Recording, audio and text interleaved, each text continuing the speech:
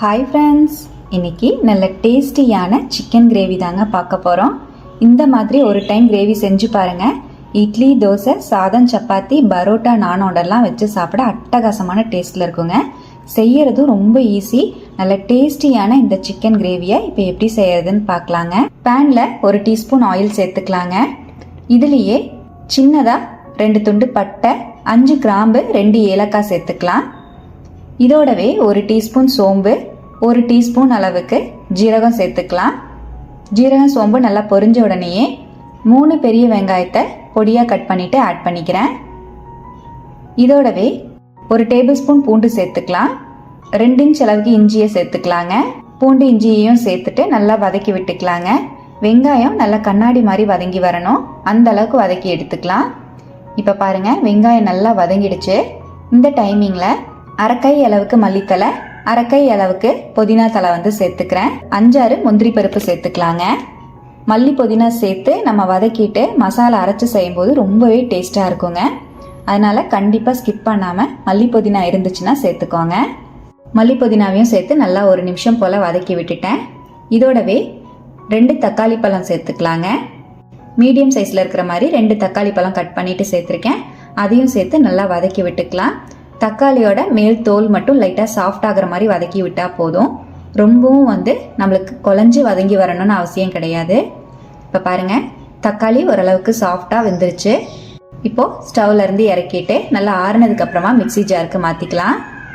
இப்போ நம்ம வதக்கின மசாலா நான் மிக்சி ஜாருக்கு மாற்றிக்கிறேங்க. இதோடவே ஒரு 1/4 டீஸ்பூன் போல் மஞ்சள் பொடி சேர்த்துக்கலாம். 3 டீஸ்பூன் அளவுக்கு மல்லிப்பொடி சேர்த்துக்கலாங்க. நல்லா கோபுரம் மாதிரி டீஸ்பூனில் நான் எடுத்திருக்கேன். 2 டீஸ்பூன் அளவுக்கு மிளகா பொடி சேர்த்துக்கலாம். உங்கள் காரத்துக்கு தகுந்த மாதிரி நீங்கள் மிளகா பொடி ஆட் பண்ணிக்கோங்க. தேவைப்படுற அளவுக்கு தண்ணி சேர்த்து நல்லா நைஸாக அரைச்சிட்டு வந்துடலாங்க. மசாலா நல்லா நைஸாக அரைச்சிக்கோங்க. இப்போ பாருங்கள், இந்த மாதிரி நல்லா நைஸாக அரைச்சிட்டு வந்துட்டேன். இது இருக்கட்டும். பேனில் 1 டேபிள் ஸ்பூன் போல் ஆயில் சேர்த்துக்கலாங்க. 1 பெரிய வெங்காயத்தை நல்லா பொடியாக கட் பண்ணிவிட்டு ஆட் பண்ணிக்கலாம். வெங்காயத்தை சேர்த்து நல்லா 1 நிமிஷம் போல் வதக்கி விட்டுக்குவோம். இப்போ வெங்காயத்தை சேர்த்து நல்லா வதக்கி விட்டுட்டேன். இதோடவே 1 கொத்து கருவேப்பிலை சேர்த்துக்கலாம். கருவேப்பிலை சேர்த்து நல்லா வதக்கி விட்டுட்டு இதோடவே 1/2 கிலோ அளவுக்கு சிக்கனை நல்லா கழுவி சுத்தம் பண்ணி வச்சுருக்கேன், அதையும் சேர்த்துக்கலாம். நான் சொல்லியிருக்கிற அளவுகள் எல்லாமே 1/2 கிலோ சிக்கனுக்கு சரியாக இருக்கும். நீங்கள் உங்கள் தேவைக்கான அளவுக்கு கூட்டியோ குறைச்சோ சேர்த்துக்கோங்க. சிக்கனை சேர்த்துட்டு ஒரு 1/4 டீஸ்பூன் போல் மஞ்சள் பொடி சேர்த்துக்கலாம். மஞ்சள் பொடியையும் சேர்த்து நல்லா கலந்து விட்டுருவோம். ஹை ஃப்ளேமில் வச்சு ஒரு 2 நிமிஷம் போல் சிக்கனை வதக்கி விட்டுக்கலாங்க. சிக்கனில் இருக்கிற தண்ணியெல்லாம் வெளியே வரணும். இப்போ பாருங்கள், ஒரு 2 நிமிஷம் போல் சிக்கனை நல்லா வதக்கிட்டேன்.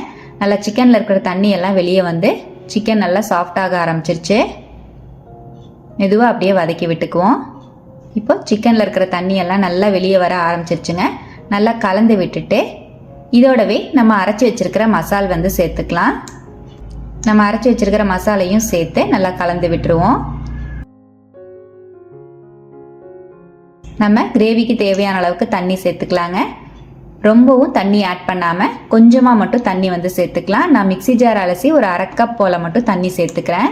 தண்ணி சேர்த்து நல்லா கலந்துட்டு 2 டீஸ்பூன் அளவுக்கு உப்பு சேர்த்துக்கலாங்க. உப்பு சேர்த்து நல்லா கலந்து விட்டுறலாம். நல்லா மீடியம் ஃப்ளேம்லேயே ஒரு 10-15 நிமிஷம் போல் நல்லா சிக்கனை வேக வச்சு எடுத்துக்கலாங்க. நம்மளுக்கு மசாலாலாம் இறங்கி நல்லா சிக்கன் வெந்து கிடைக்கணும். அப்படியே மீடியம் ஃப்ளேம்லேயே விட்டுருவோம். இப்போ பாருங்கள், ஒரு 15 நிமிஷம் போல் மீடியம் ஃப்ளேம்லேயே நல்லா சிக்கனை வேக வச்சுட்டேன். இடையில நல்லா கலந்து விட்டுக்கிட்டேன். நல்லா கலந்து விட்டுக்கலாம். சிக்கன் வெந்திருக்கான்னு செக் பண்ணிக்குவோம். இப்போ பாருங்கள், சிக்கன் நல்லா சாஃப்டாக வெந்திருக்கு. நல்லா சூப்பராக நம்மளோட கிரேவியும் நல்லா திக்காக வந்திருக்கு பாருங்கள். ரொம்பவே டேஸ்ட்டாக இருக்கும். நான் வெரைட்டிஸோடவும் புலாவ் வெரைட்டிஸோடவும் சைட் டிஷ்ஷாக வச்சு சாப்பிட அட்டகாசமாக இருக்குங்க. இப்போ நம்மளோட சூப்பரான சிக்கன் கிரேவி ஆயிலெல்லாம் செப்பரேட் ஆகி சூப்பராக ரெடி ஆயிடுச்சு. மல்லித்தலை தூவிக்கலாங்க. பச்சை கருவேப்பிலை கொஞ்சமாக சேர்த்துக்கிறேன். 1 கொத்து பச்சை கருவேப்பிலையும் சேர்த்துட்டு 1 டீஸ்பூன் போல் கரம் மசால் பொடி சேர்த்துக்கலாம். கரம் மசால் பொடியையும் சேர்த்து நல்லா கலந்து விட்டுருவோம். கரம் மசால் பொடி சேர்த்ததுக்கப்புறம் 1 நிமிஷம் மட்டும் அடுப்பில் வச்சுட்டு நம்ம அணைச்சிடலாம். இப்போ அவ்வளோதான், நம்மளோட சூப்பர் டேஸ்டியான கிரேவி ரெடி ஆயிடுச்சுங்க. ரொம்பவே டேஸ்ட்டாக இருக்குங்க. நான் வெரைட்டிஸோட வச்சு சாப்பிட்றக்கும் புலவு வெரைட்டிஸோட வச்சு சாப்பிட்றக்கும் அட்டகாசமான டேஸ்ட்டில் இருக்கும். சாதம் சப்பாத்தி பூரியோடலாம் வச்சு சாப்பிடவும் சூப்பராக இருக்குங்க. கண்டிப்பாக இதே போல் நீங்களும் இந்த சூப்பர் டேஸ்டியான சிக்கன் கிரேவியை ட்ரை பண்ணி பாருங்கள். ட்ரை பண்ணி பார்த்துட்டு எப்படி வந்ததுன்னு கமெண்ட்லேயும் ஷேர் பண்ணுங்கள். நம்ம சேனலை இப்போ தான் ஃபஸ்ட் டைம் பார்க்குறீங்கன்னா ப்ளீஸ் சப்ஸ்கிரைப் பண்ணி ஒரு சப்போர்ட் கொடுங்க. லைக் பண்ணி ஷேர் பண்ணி கமெண்ட் பண்ணுங்கள். Thank you friends. பை.